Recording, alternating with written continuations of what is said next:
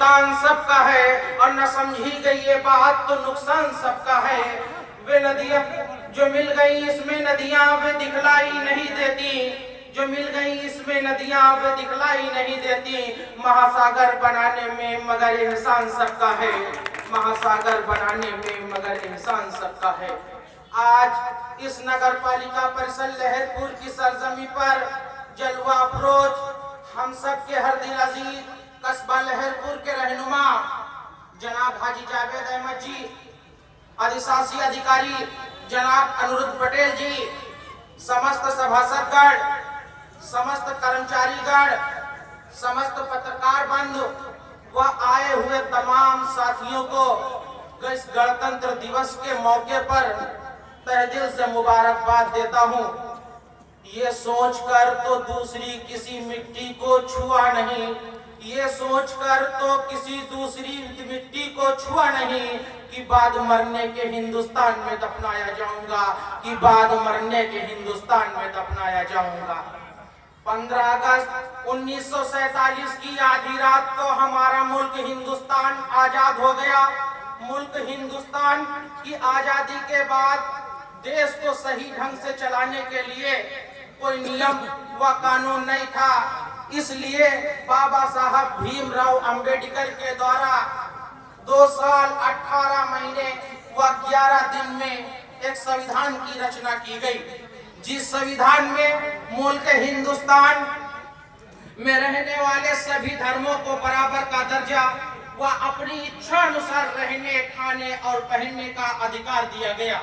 26 नवंबर सन 1949 ईस्वी को हमारे मुल्क हिंदुस्तान का संविधान बनकर तैयार हो गया था, पर इसे उस तारीख को लागू नहीं किया गया था। 26 जनवरी सन 1950 ईस्वी को संविधान को पूरे मुल्क में लागू कर दिया गया था, इसलिए 26 जनवरी को गणतंत्र दिवस के रूप में पूरे हिंदुस्तान के कोने कोने में बहुत ही खुशी के साथ इस पर्व को मनाया जाता है। राम सिंह शेर खान कहते हैं, दो जिस्म एक जान कहते हैं। राम सिंह शेर खान कहते हैं, दो जिस्म एक जान कहते हैं। हम लोग जो यहाँ बैठे हैं मिलजुल कर, इसी को हिंदुस्तान कहते हैं, इसी को हिंदुस्तान कहते हैं।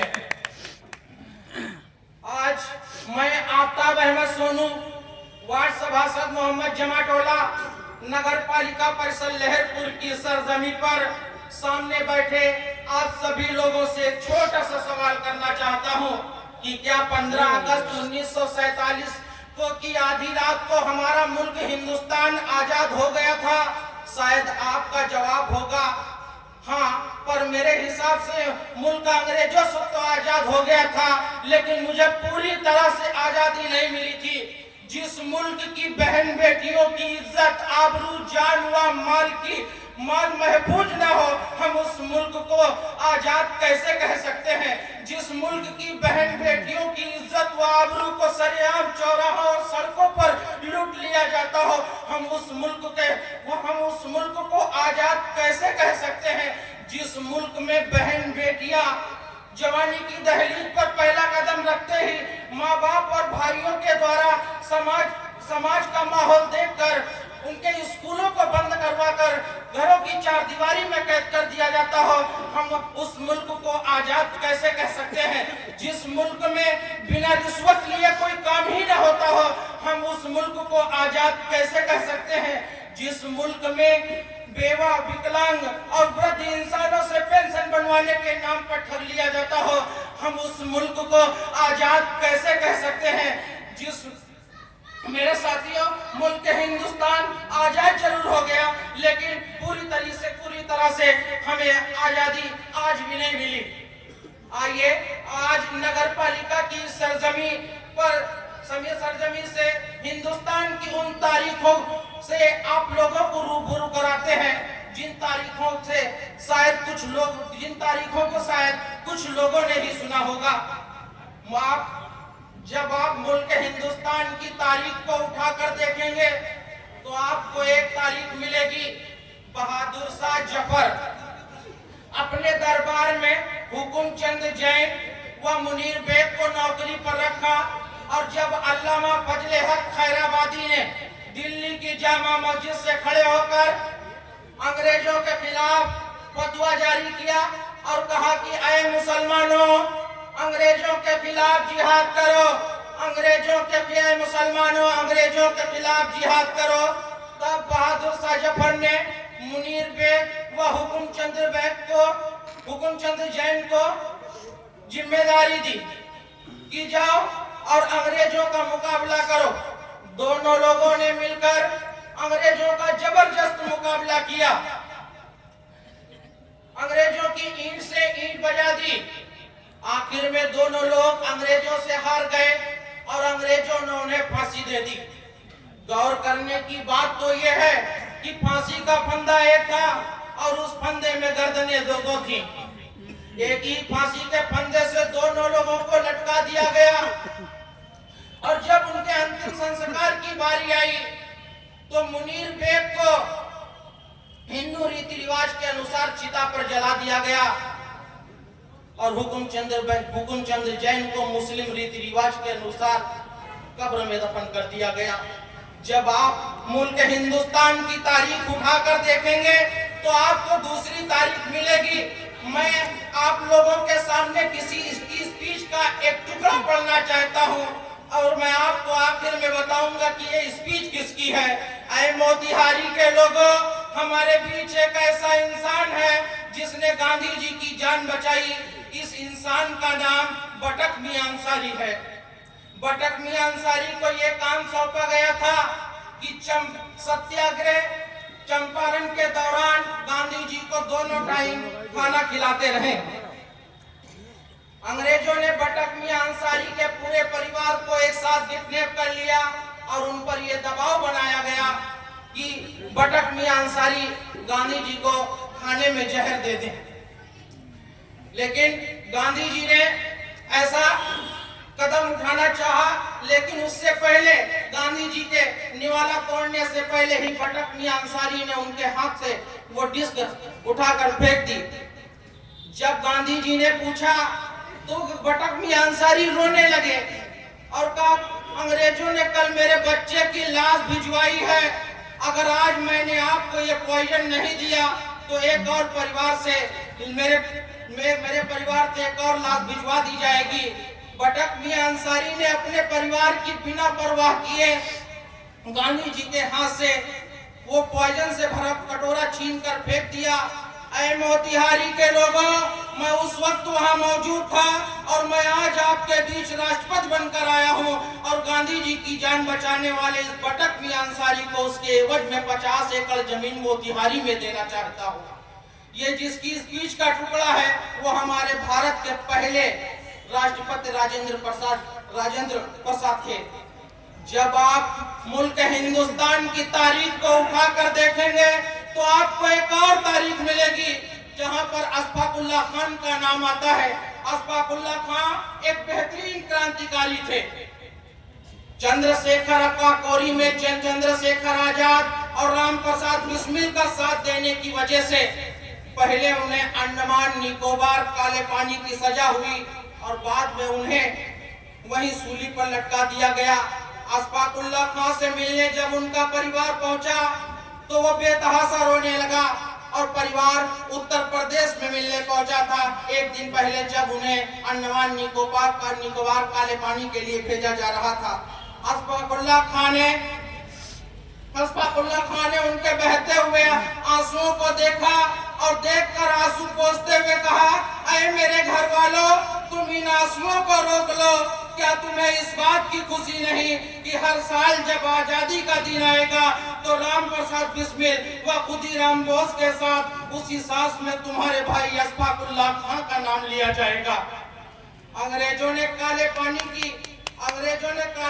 पे फांसी लगाने से पहले उनकी आखिरी ख्वाहिश पूछी। अशफाकुल्लाह खान ने मुस्कुराए और राम प्रसाद बिस्मिल की तरफ देखा और कहा, बिस्मिल जी, कुछ आरजू नहीं है बस आरजू ये है, कुछ आरजू नहीं है बस आरजू ये है, रख दो कोई जरा सी खा के वतन कफन में, रख दो कोई जरा सी खा के वतन कफन में। अंग्रेजों ने कहा कि खा के वतन से क्या मुराद है? कहा मैंने अपनी माँ को एक चिट्ठी लिखी थी, उसने शाहजहांपुर की थोड़ी मिट्टी भेजी है, जब मुझे दफनाना तो मेरे कफन में शाहजहांपुर की वो मिट्टी रख देना। जब आप मुल्क हिंदुस्तान की तारीख को उठाकर देखेंगे तो आपको एक और तारीख मिलेगी। सन 1965 ईस्वी में जब मुल्क हिंदुस्तान और पाकिस्तान के बीच जंग हो रही थी, उस वक्त हमारे मुल्क हिंदुस्तान के प्रधानमंत्री लाल बहादुर शास्त्री जी थे। उस वक्त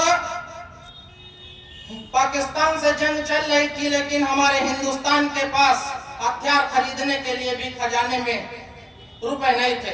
तब प्रधानमंत्री लाल बहादुर शास्त्री जी ने रेडियो से ऐलान करवाया था कि ऐ मुल्क हिंदुस्तान के वासियों, अपने मुल्क की आन व शान को बचाने के लिए बढ़ चढ़ कर हिस्सा लीजिए।